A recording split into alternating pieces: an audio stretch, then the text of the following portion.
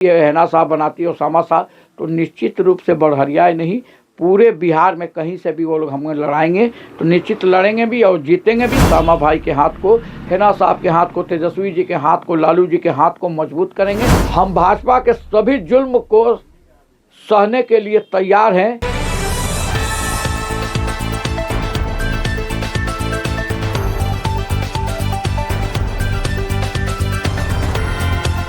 लगातार डॉक्टर साहब का भी चर्चा है और लगातार डॉक्टर साहब एक्टिव भी रह रहे हैं। क्या लग रहा है आपको डॉक्टर साहब को टिकट देखिए, मिलेगा? यहाँ पे किसको टिकट मिलेगा, किसको टिकट नहीं मिलेगा, इसका फैसला हम लोग नहीं करेंगे। हम अपने शीर्ष नेतृत्व पे, जो हमारी नेता है, जो मजलूमों की आवाज है, जो देश की झांसी की दूसरी रानी है, जो सीमांत लोकसभा की पूर्व प्रत्याशी श्रीमती हिना साहब और हमारे आदरणीय जो यूथ आइकन, जो देश और राज्य की एक नई जान है, और भाई जो प्रतिपक्ष के नेता हैं भाई तेजस्वी यादव जो भावी मुख्यमंत्री जी हैं, और राष्ट्रीय अध्यक्ष जी का जो फैसला होगा, जो उम्मीदवार होगा, वो मेरे लिए सर्वोपरि होगा। हम लोग शहाबुद्दीनवादी हैं, हम लोग राष्ट्रीय जनता दल के फाउंडर सदस्य हैं। हमारा वो परिवार है, हमारे परिवार का जो सदस्य कैंडिडेट होगा, हमारे दल का जो कैंडिडेट होगा, हम लोग निश्चित ओसामा भाई के हाथ को, हैना साहब के हाथ को, तेजस्वी जी के हाथ को, लालू जी के हाथ को मजबूत करेंगे और यहाँ से जिताने का काम करेंगे। आपको अगर पार्टी टिकट देती है तो क्या आप चुनाव लड़ेंगे बड़हरिया विधानसभा? देखिए, हम आपको बता दें कि मेरा राजनीतिक उदय 1985 में है जी। सबसे पुराने हम यहाँ राष्ट्रीय जनता दल के कार्यकर्ता हैं। दुर्भाग्य कहा जाए या किस्मत की बात कहा जाए कि हमें सौभाग्य यहाँ तक प्राप्त नहीं हुआ, मगर जनता की कृपा और ऊपर वाले के कृपा से जनता ने मुझे प्यार और दुलार से एक बार पुनः जिला परिषद भी बनाने का काम पूर्व में किया। अभी मैं कोई कारण जनता के सहयोग से काफ़ी मुझे वोट मिला, जो दिया उसका भी धन्यवाद, जो नहीं दिया उसका भी, मैं चंद 100-200 वोट से हार गया।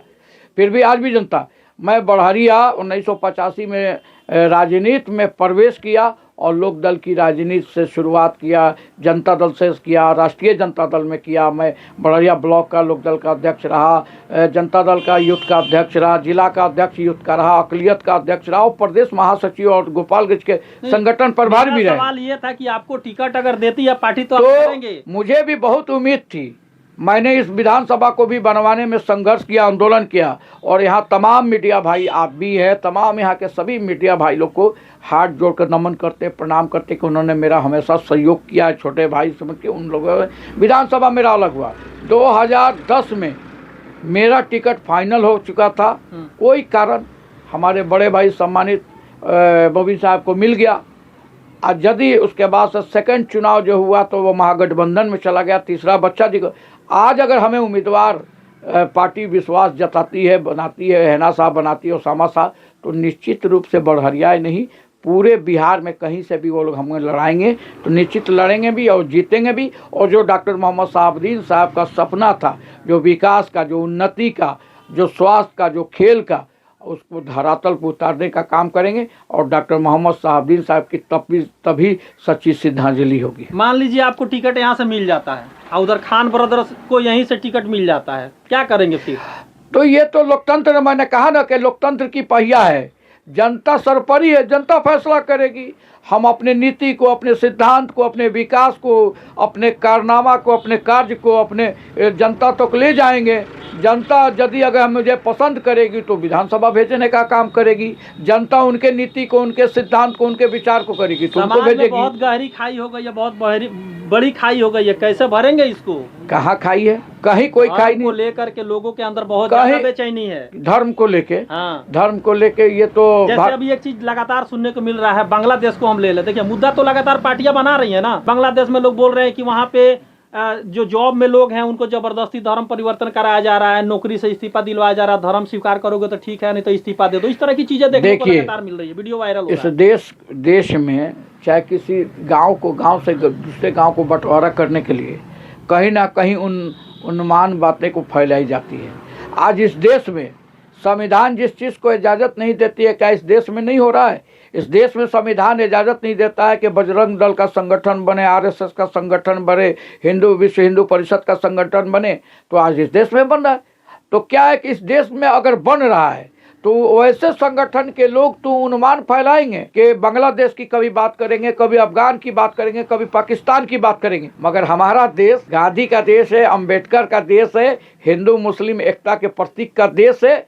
और इस देश में का नाम है कहीं नफरतें ताकतें अभी जो हावी हो रही हैं, आने वाले समय में जैसे जैसे यहाँ के समाज के बुद्धिजीवी लोग समझेंगे कि इस देश को तोड़ने का काम कर रहा है, दूसरे को गुलाम बनाने का काम। वक्फ बोर्ड को लेकर के जो है निर्णय आने वाला है, नया निर्णय आने वाला है, आपको क्या उसको किस नज़र से देख रहे हैं आप? देखिए, अगर यहाँ पे कोई बड़े जो सेकुलर हिंदू है, सेकुलर लीडर है, सेकुलर समाज के लोग हैं, तो नहीं, कोई भी नहीं चाहता है कि किसी मंदिर पर अतिक्रमण हो, कोई मंदिर को तोड़ा जाए, कोई मस्जिद को तोड़ा जाए। हम भाजपा के सभी जुल्म को सहने के लिए तैयार हैं। एक दिन ना एक दिन फिर समाज एक नई दिशा की तरफ, एक नई सोच की तरफ, फिर एक नई क्रांति के साथ समाज को निर्माण करने का काम होगा, जिसमें सभी मंदिर भी में पूजा करने वाले जाए खुशहाल होंगे। वक्फ बोर्ड पे उसको लेकर के आप क्या कह रहे हैं? इसको क्या, अब तो जबरदस्ती सारा इस देश में चल रहा है।